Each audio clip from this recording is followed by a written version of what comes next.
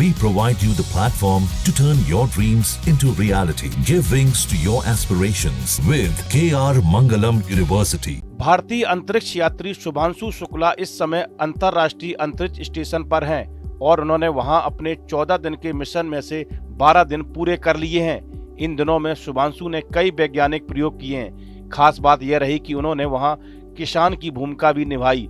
उन्होंने अपने साथ ले गए मेथी और मूंग के बीजों को उगाया।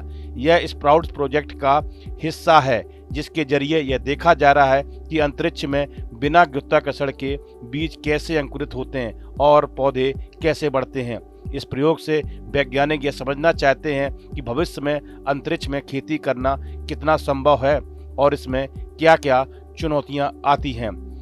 इस स्प्राउट प्रोजेक्ट के तहत शुभांशु शुक्ला ने अंतरिक्ष स्टेशन में छोटे कंटेनरों में मिट्टी और पानी की मदद से बीजों को अंकुरित किया। इन बीजों की रोजाना निगरानी की गई और हर बदलाव को रिकॉर्ड किया गया। ISM में गुरुत्वाकर्षण बहुत कम होता है, जिसे सूक्ष्म गुरुत्वाकर्षण कहा जाता है। इस माहौल में पौधों के बढ़ने का तरीका धरती से अलग होता है। यही फर्क समझने के लिए यह प्रयोग किया जा रहा है। शुभांशु ने बताया कि बीजों का अंकुरण सामान्य से थोड़ा धीमा है, लेकिन पौधों ने शुरुआती बढ़त दिखानी शुरू कर दी है। यह संकेत है कि अंतरिक्ष में भी खेती की संभावना है।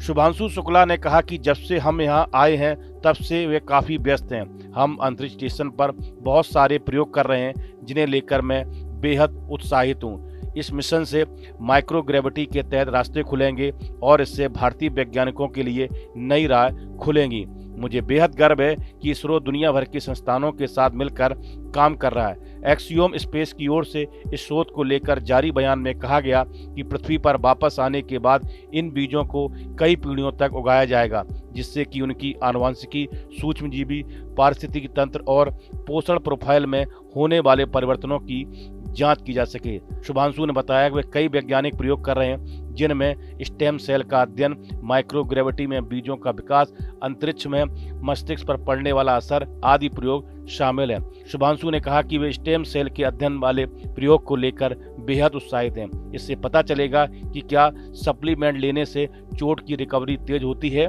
या नहीं। भारतीय अंतरिक्ष यात्री ने कहा कि वैज्ञानिकों और अंतर्राष्ट्रीय स्पेस स्टेशन के बीच पुल बनना मेरे लिए गर्व की बात है। शुभांशु ने एक और प्रयोग में माइक्रो एल्गी को तैनात किया और स्टोर किया।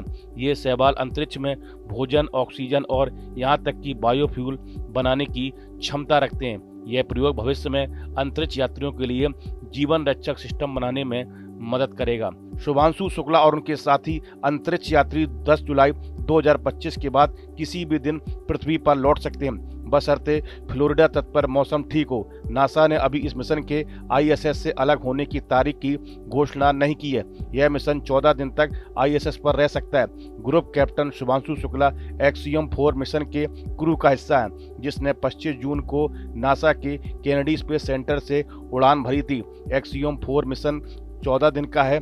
अपने अंतरिक्ष प्रवास को खत्म कर 10 जुलाई के बाद मौसम की स्थिति के आधार पर किसी भी दिन पृथ्वी पर वापसी कर सकते हैं। वे फ्लोरिडा तट पर उतरेंगे। हालांकि नासा ने अभी तक एक्सियम 4 मिशन को अंतरिक्ष स्टेशन से अलग होने की तारीख की घोषणा नहीं की है। इस वीडियो में फिलहाल इतना ही। आप बने रहिए न्यूज नेशन के डिजिटल प्लेटफॉर्म के साथ। जहां भक्ति है हर शब्द में, कथाओं में छुपे हैं दिव्य रहस्य और ज्योतिष देता है जीवन को दिशा। धर्म से जुड़ी हर बातों को जानने के लिए हमारे चैनल स्तुति को सब्सक्राइब करें।